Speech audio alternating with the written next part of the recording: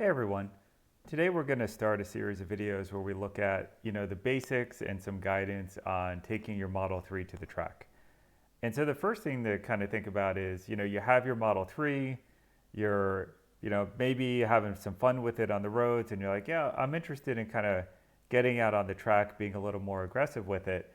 And like the first question is like, is the Model 3 a good car to take to the track? And I think the basic answer to that is like, yes, it's a great car to take to the track for many reasons. First of all, it has a very low center of gravity, which means just out of the box, it doesn't roll very much. It's easy to control. It has a really good weight balance, like front to back, and obviously that differs between the models you have. But if you have a Model 3 Performance, really good front to back balance, and it's all-wheel drive, which makes it like just super easy to control. And it's got really good power. I mean, like, look, a lot of these cars are, in a straight line going to be faster than many of the things out there. And so you have a lot of capability to play with, probably, more than you need early in this experience. But I think the car is very good at making it easy to handle. So especially the newer models, and I forget specifically which models have this or not, but they have track mode. And so, I think maybe it's only on the performance model, but track mode will allow you to customize different characteristics of the car. So you'll be able to customize how much regen you like, how much, front to rear power you have, and also change the stability control.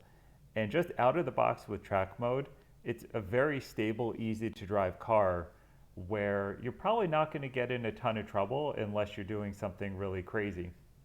And so, I'll give you an example. Like when I have taken mine out to the track with stability mode completely on, it, I've had, I think I've put it into some precarious situations and like, came into corners too fast, braked really late, or started turning a little too early, where I think other cars would have completely spun out. The systems in the car were able to handle that, and that's great early on. Obviously, that's something you can dial back and find a comfort level with. So yes, in my view, a great car to take to the track, and also it's like they're really low maintenance. There's not much to change on them. You just basic consumables. Like over time, you'll need to think about tires, brakes, maybe some fluid changes on the drivetrain, etc., but not a lot of maintenance. Before I forget, one other aspect that makes your Model 3 a great track car is that it's a four-seat car, and you can actually carry quite a bit with it, which makes putting together like a robust track package super easy. So for example, you can put down the seats and you can carry like a full set of tires with you, no problem. So if you decide to kind of go down the path and have a separate set of track tires and you want to put them on at the track, they will fit no problem. Whereas if you look at some of the other cars out there, which are arguably like wonderful, like exceptionally performant vehicles, you'll see a lot of Corvettes, Porsches, Miatas, like they're two-seaters and they don't have room for much. So you show up with what you got, your helmet, and off you go. I could probably do another video on this, but since I have the room when I head to the track, I bring a second set of tires. Interestingly, I actually drive with my track tires on and bring a backup set just in case. But if I had to go longer, drive a farther distance, I would, obviously put the road tires on and swap them. I carry a whole bunch of tools, a jack, different kind of stuff torque wrenches and various other like, just in case type, emergency kits. And my goal has always been like, I want to have a good time and I want to get home without a hassle. And if that means bringing some extra stuff with me, I'm happy to do it. And, all the space in the Model 3 makes it super easy. So with that, so now you're like, oh yeah, that sounds great. I totally want to do this. The question is like, where do you start? And what do you need to do? And what I would recommend is you're probably asking, like, what do I need to buy? Like, what is the investment I'm looking at? And I would suggest starting with nothing. Just start with your car. And what you want to do is look in your area and look for something called an HPDE event, High Performance Driving Experience. There are a number of organizations across the country that offer these, and you'll probably be able to find one in your region um, and at your local tracks. And so I can throw some links in the video description, but one organization that comes to mind is NASA, NASA, who has chapters across the country. And I've used them, and I've used some others locally in my region. But basically, if you haven't done this, these are events. HPD are events that are typically run over a day or two at a local track, and they're really just about that, high performance driving. They're not racing. They are about kind of being able to drive your car aggressively in a safe, controlled environment. And most HPDE events are organized into running groups based on your either skill level or speed, and maybe about your comfort level as well. And the difference between these run groups, in addition to that, is they have different rules around passing. So, in my experience, like you would call it the lowest level groups, the beginner groups, may typically start where you need to have an instructor in the car, or you may need to kind of go through some early a classroom session before even getting into the session, or you may need to do some kind of lead follow driving just to learn the track and just to kind of gain speed and learn the lines of the track. So it may be a very, very controlled environment. But once you're out on your own, like the beginner groups will typically not allow passing without what is called a point by, and only on straightaways. So the idea would be, if you're going down a straightaway and someone's behind you, they in theory shouldn't dive bomb you into the corner. Like, you need to let them by reaching out of your window and pointing the person and showing them which side you want them to pass. And so it's typically like a very controlled passing environment, which, it makes it feel safe, and it takes some of the unknowns out of it. Like, again, you'll find when you first get into this, there's a lot going on. And when you haven't done this a lot, like, I think the sensory side of it can be a bit overwhelming. You're obviously driving faster, you're in an environment you haven't been in, you're wearing a helmet, which may be new. You're driving with your windows open, which is, from what I've seen, a requirement in every event. Again, the reason being, if there's an accident and they need to get you out, having the window open makes that easier. So obviously you think about the noises are different, the smells are different, especially when you're out there with gas cars, and the engine smells and the brake smells. There's a lot, like I said, of new sensory events going on, and wondering if someone is going to come flying up the inside of you on a corner is just one extra thing to worry about. And removing that from the equation in those beginner groups is super nice and allows you to just focus on literally what's in front of you on the road, and learning how to control the car. And so as you move into the higher groups, obviously the passing restrictions become a little more open, to eventually at the higher end groups, it's just open passing, and they assume you're comfortable and comfortable with the kind of environmental awareness and controlling your car in different situations. And I'll tell you, actually, as an aside, a story. I was at an event, and it was a track I hadn't been to before, and I found from previous events, I was typically quite a bit faster than most people I was running with. Like, at one event, in 20 minutes, I think, I almost lapped the back people. And that's not to say I'm better or I'm amazing or any of that. The Tesla is just a fast car. And when you're on the track with some of the Mazdas, etc., you can cover a lot of ground pretty quickly. So anyway, so I was at this event, and I decided to move up to the next group. I'm like, that'll be more my pace, and I felt like I would be able to find some more track on my own, and without kind of coming up on people, passing, etc. And I did that, and I was not familiar with the track, so I didn't know the line. So obviously, I'm slower right out of the bat. And then on the first few laps, I start to hear a weird sound from the suspension, which again, when you throw in all the sensory stuff I mentioned before of, the new track, the smells, the noise, and you're like, is my front suspension like clunking? Like what is going on? You're trying to process all of that and figure out what's happening in a, very like fast environment. Didn't go too well. And then, you throw some of the more aggressive passing into it, and it was quite unnerving. So actually, later in the day, I went down to a slower group again, just so I could kind of pay more attention to the car without worrying about some of the passing and other things. And, unfortunately, like people were super aggressive in passing for some reason. Like literally, like there was a set of S curves where people were passing in the S's while I'm trying to kind of listen to the car and do everything else. It was it was an unpleasant experience. But that's just like a negative story.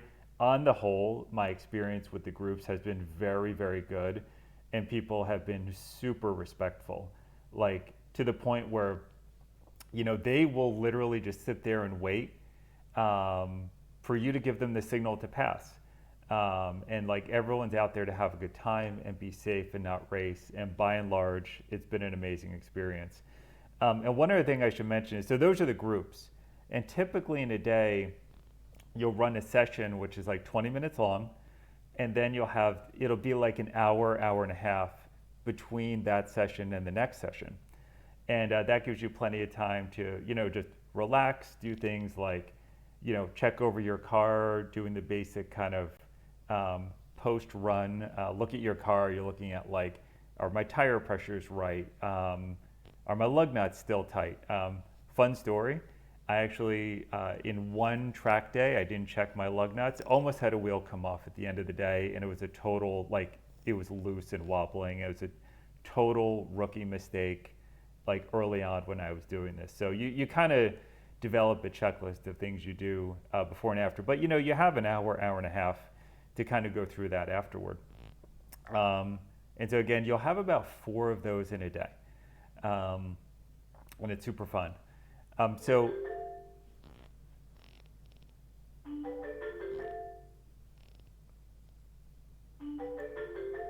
and sorry if there's any noise in the background there. So the one thing, the other thing I'll mention on this is, if you just kind of take your stock car, like it's not going to be optimal. You're going to be like, even with a quick Tesla, you will be slower in the corners. Like, so for example, you'll be running your stock street tires, which may be all season tires. Your suspension geometry won't be good.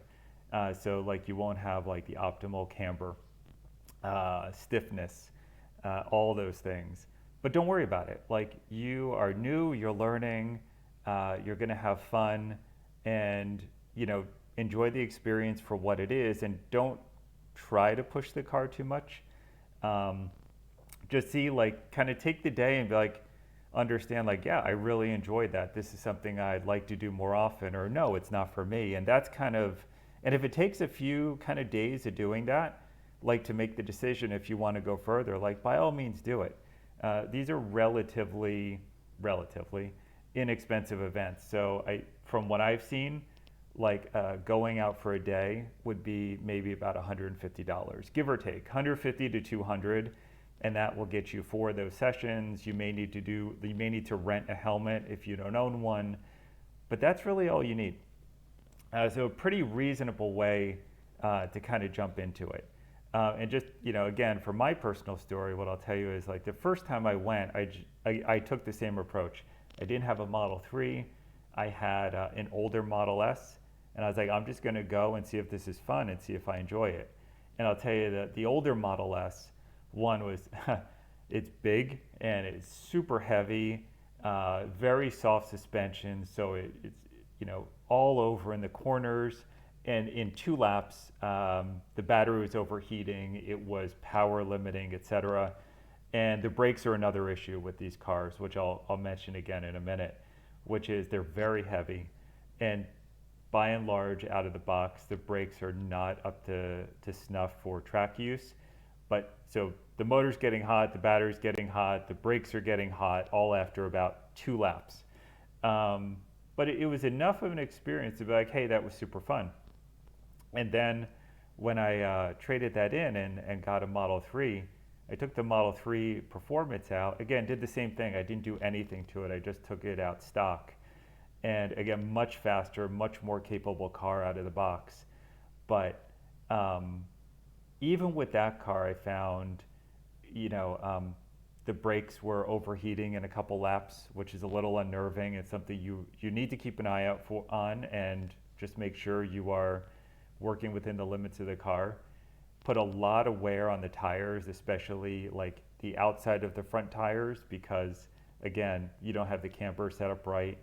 And while the suspension, when you're driving around on the streets on that, may seem pretty stiff, at kind of the speeds you may be kind of experiencing, especially if there are fast corners, starts to feel very soft and sloppy very quickly. But it gave me enough of information like, hey, I really like this. I'm going to continue down this path. And so that was my experience, and kind of led me to decide to learn more and decide like, what investments do I want to make to do this regularly, and what investments do I want to make in the car to make this more enjoyable and more capable.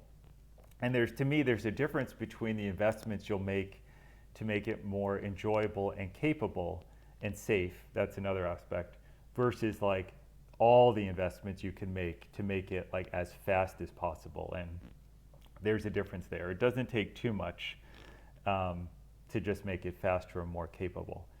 I think that was like it in terms of kind of that first try. The one thing I'll add, and we'll probably do a whole other video on this, is if you're like, this was amazing, I want to do more of this, the expense side of it is something to really consider and model out. And frankly, it's a mistake I made, because like I said, we'll cover this. You'll learn a lot, and maybe you'll start to look around and be like, oh, here's some parts I want. Like, I want to, change my suspension, want to pick up some toe arms and camber arms, and you're like, that's reasonable. But there's a number of other expenses that come into this if you look at, insurance costs, if that's something you want to do, installation costs, and some ongoing costs, which I didn't expect, and I should have frankly modeled it out and were a bit of a surprise to me. So we'll go into all that. And I will say one thing, that just you're probably like, do I need insurance? So that's a personal decision. You should check your policy to see if it is covered for the track. Mine was not, and my guess is many just typical policies are not covered for track use. And so it's your decision. If you go out on the track and don't want to be covered, like, pardon me, that's the risk you're taking. But if you do, like, there are different options for getting policies that will cover you at the track just for the day, or you can get policies that cover like unlimited track use for a year. And I'll share some of that, in kind of my future video on cost. Now, for me, I did elect to get insurance for everything I've done, but I've talked to people at the track, and like the results are mixed. Some people, it's actually surprising. Like, some people have very inexpensive cars, but they're like, no, I don't have insurance. That kind of makes sense. But I've actually seen people like extremely expensive cars with no insurance at the track. These are $150,000, $200,000 Porsches without insurance. And I'll share another story. I didn't witness this, but I did hear a story at one of our events where there were two McLarens, and they got into a bit of an accident and cracked their carbon fiber tubs, and they were uninsured. So that was a very difficult day for those individuals. But again, very personal decision, but something to kind of keep in mind as you go forward with this. And then one other thing I wanted to talk about, which comes up, especially with Teslas, of course, is what do you do about charging? And do tracks have charging, etc.? Where I am, the answer is no. The tracks do not have charging. Some tracks have very little, like no power. They might have bathrooms, or they might have a little portable thing, so don't assume that. Like, charging is something you're going to need to plan for and make your decision around, and that's the reality of it. So what I have found is, if you're running in these 20-minute groups, again, you'll get about 4 of them a day. And what I have found is if you are running for 20 minutes, I probably lose about 80 miles of range in 20 minutes, give or take. If you're really, really going all out and pushing it, it could be a little more. If you're hitting traffic or taking some breather laps, it could be a little less. But what I found is I will do 2 20-minute sessions. So that's, 40 minutes of driving. And then I would typically not really have enough battery to do a third session. Or if I did, the battery would be super low. The one other thing that happens is when your battery charge gets lower, the power output of your motor goes down.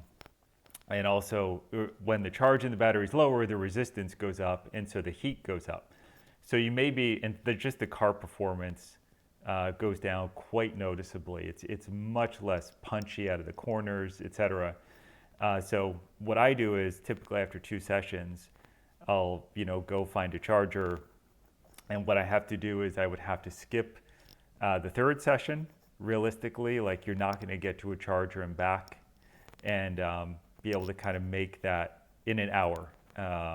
So you end up skipping the third session, attending the fourth.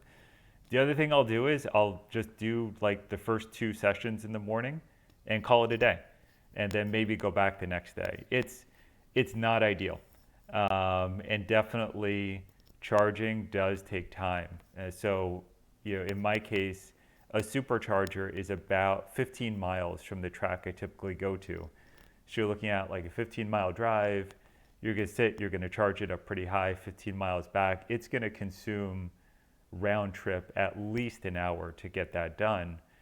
And it's an impact. I would say I am a bit jealous of the gas cars during that, but it is what it is, and they are super fun to drive. And hey, I'm just lucky to be out there and have fun doing it. One other thing to look for is, again, I will recommend, if you can find these HPDE events and they have an intro class and they can take you through some of the basics of it, it's awesome, and get some feedback. There are also, I have seen different events at different places where you can just do open track days. And I've been fortunate enough to do that where, we've had an open track for like 3-4 hours on a morning, and it's a lower population event, and you can just do whatever you want. If that's an option and you get comfortable with it, that actually suits the Tesla really, really well, because then you can be more optimal about your charging. So you can just go out, hit the track first thing, and just drive till the battery's depleted. So you could be out there for up to 60 minutes or whatever the number is. And what I'll do is I'll just run it to the battery. I'll go from full down to about 70 miles, where the performance of the car is really kind of starting to degrade. Then I'll run out and charge it, come back, and you can really kind of optimize that. You're not trying to fit in like a charging session around like these 20-minute intervals. Anyway, that was hopefully like some useful starting information. And what I'll do is, I'll pop some kind of resources into the description of the video to help you. And like in future videos, we'll look a little bit about what are some good, changes you want to make to the car, some upgrades, and to kind of get you going. And also I'll share some kind of gotchas I found along the way, mistakes I made. We'll talk a little bit about costs, etc. And all right, hope this was helpful.